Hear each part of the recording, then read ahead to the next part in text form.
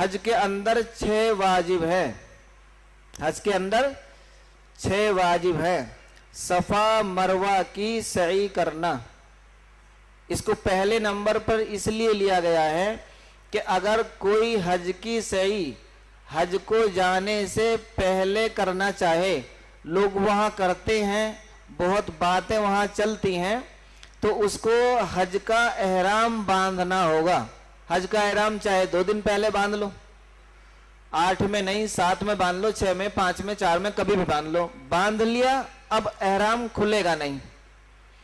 تو آپ نے 8 تاریخ میں حج کا احرام باندھا، آپ چاہتے ہیں کہ جو طواف زیارت کے ساتھ سعی ہوگی اسے ہم پہلے ہی کر لیں، تو آپ کو احرام باندھنے کے بعد ایک نفلی طواف کرنا ہوگا، اور اس میں رمل بھی کریں گے اور اجتباء بھی کریں گے۔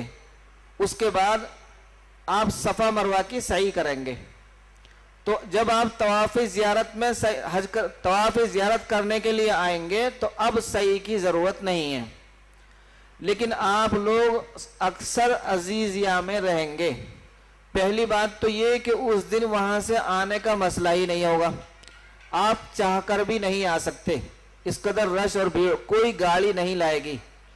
اگر پیدل آپ آئیں گے تو آپ کو آنا اور جانا کم سے کم 18-17 کلومیٹر ہو جائے گا، تو اس لیے پھر حج میں آپ کو دقت آئے گی، تھکان ہوگی، پریشانی ہوگی۔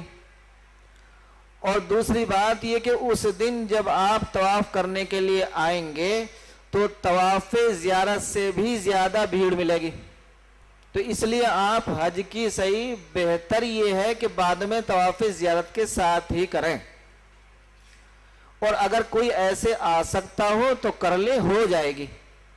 نمبر 1 صفا مروہ کی سعی کرنا۔